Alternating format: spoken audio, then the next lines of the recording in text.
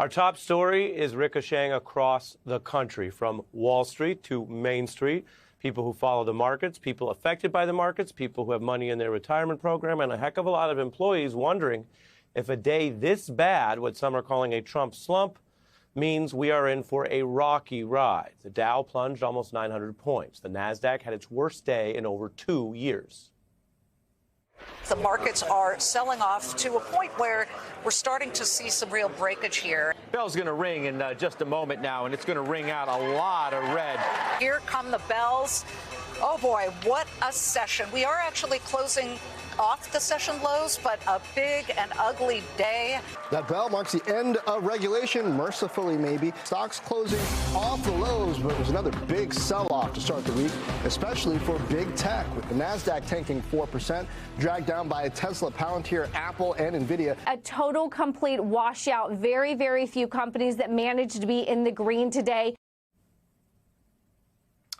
And President Trump, who has long cited his perceived or claimed business record, sometimes in a boardroom that was actually a television set, sometimes in other actual real-world business deals, branding and casinos, he has long cited that as his differentiator across a lot of other candidates and leaders.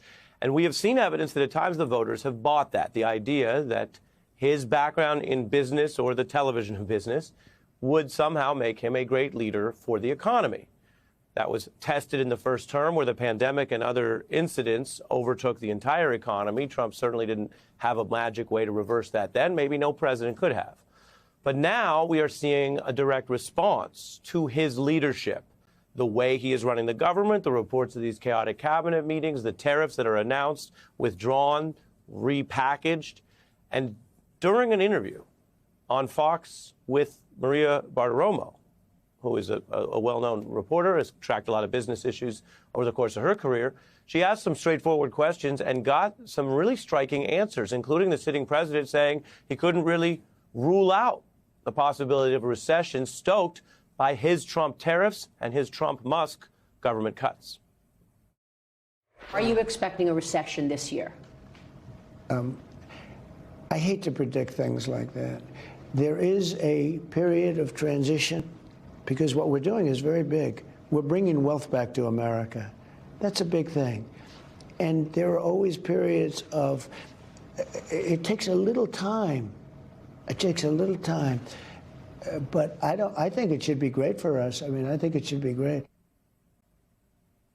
Not exactly a clear answer, certainly not the kind of business acumen, economic leadership that has a message that might help stabilize the markets. And anyone who's followed the markets knows they do have a kind of a logic all their own. They're not going to be sweet-talked into something by a president, any president who wants things to just be better. But they might have taken a better message that was sturdy or clear about what the United States was going to do, or taking things off the table, or clarifying why he started last week, Monday, with tariffs, some of which were walked back by the end of the week. That message didn't come across. And instead, Donald Trump did something that we've seen before, whether you're more interested in politics, law, news, or the markets. He did the old two-step that everyone has seen, where very blatantly he tries to just directly retract, paper over, reverse what he said in the past. He's long claimed the markets are the thing to watch. Now, here's his answer. You said, look, we're going to have a disruption, but we're okay with that. Is that what you meant? The stock market going down was the disruption? What other disruption were you alluding to? Look, what I have to do is build a strong country. You can't really watch the stock market.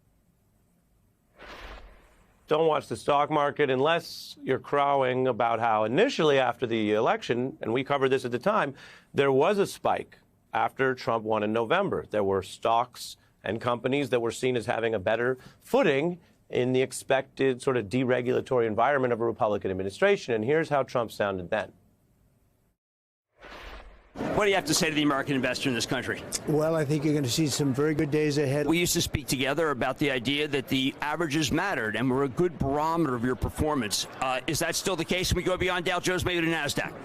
Well, I think I've always said, to me, stock market is all of it, all of it together. It's very important. Very important, and here is that very important trajectory. It is down.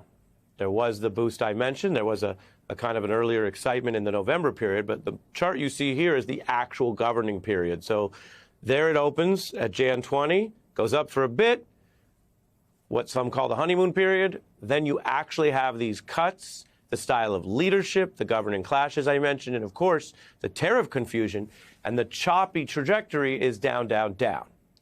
This is not riggable. This is not a fixable number. This is the actual collective reaction of thousands and thousands of investors looking at the broad markets and a whole range of companies. And yet we raised this with a Trump aide who'd worked on more than one campaign, including 2024, on Friday. And here's what we heard. The goal ultimately is a humming economy, and you have to be patient. We saw it in the first term. We know what the formula looks like, contrary to what the media wants to say. It's not the media, it's the markets, right? I mean, I just went through a bunch of market data. It's not media. Well, I think you're foolish to think that the media doesn't play a role in the markets. We see that all the time.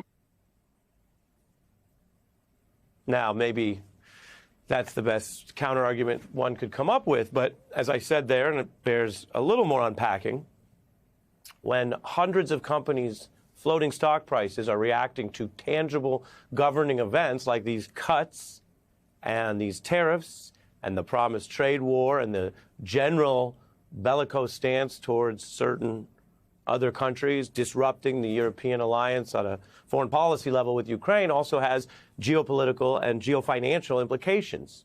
All of this together, we get a response from the markets, not the media. As I even said with all humility in that interview at another point, I said, look, whatever you say about me and the other anchors, we don't speak and just move markets all day, right? The president's actions can do that, not the media.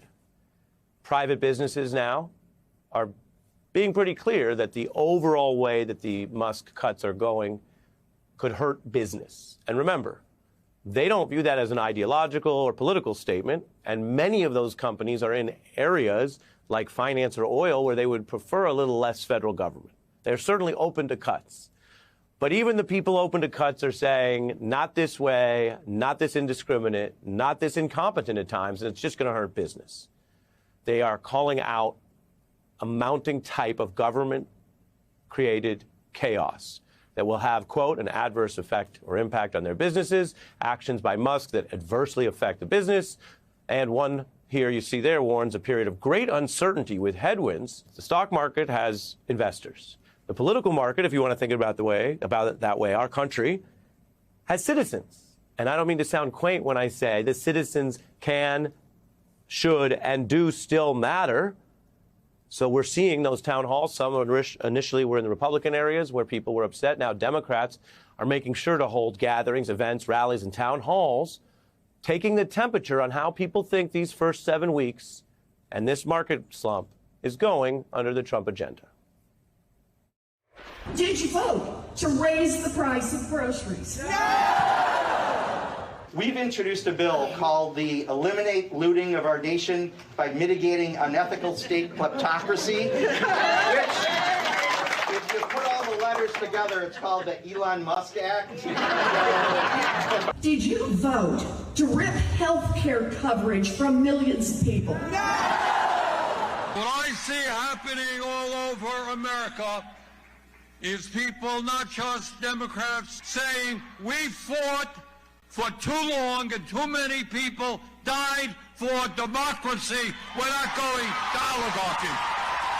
Like bullies everywhere, Donald and Elon are afraid of people who won't bend the knee.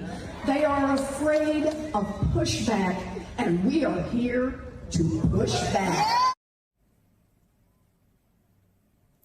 Pushback, backlash, anger, and a kind of eyes wide open absorption of what this governing agenda actually does to your life, to your pocketbook, to your stock market, to your library down the street, to the Veterans Health Center, which you might not want to think about that much. You'd hope for all the talk about veterans and patriotism in this country, including on the Republican Party's right flank, that it wouldn't even have to be debatable whether or not veterans assured health care and support through the VA would have that up and down. So maybe people weren't thinking about that across the election year, but now they're seeing it. And for people who genuinely care about that kind of thing, and I don't care your politics, but if you care about that kind of thing because it doesn't sound like a good idea or what they ran on, all of that is now in the water of this backlash. And if you remember, we heard a lot, especially right after Donald Trump won the election, about messaging, about who had better lines, quips, memes, who was snappier on the podcasts. And that's a big part of campaigning. If you watch The Beat, you hear us talk about our YouTube. We had on a lot of different individuals who aren't in the normal mainstream. We love what's going on with digital and podcasts. That's all part of this. And if one party missed some of that on the campaign side, well, then that's politics. You got to deal with it. But what I've told you and what we're seeing to start this week with this market slump is the campaign time is over. Right now, it doesn't seem like the public is assessing who was better on a podcast, who had a better slogan or a quip. They're assessing the actual governing results of this agenda in this early, nascent, and harrowing period. And a lot of people are saying, whatever they thought of the message last year, they're saying no to the results right now.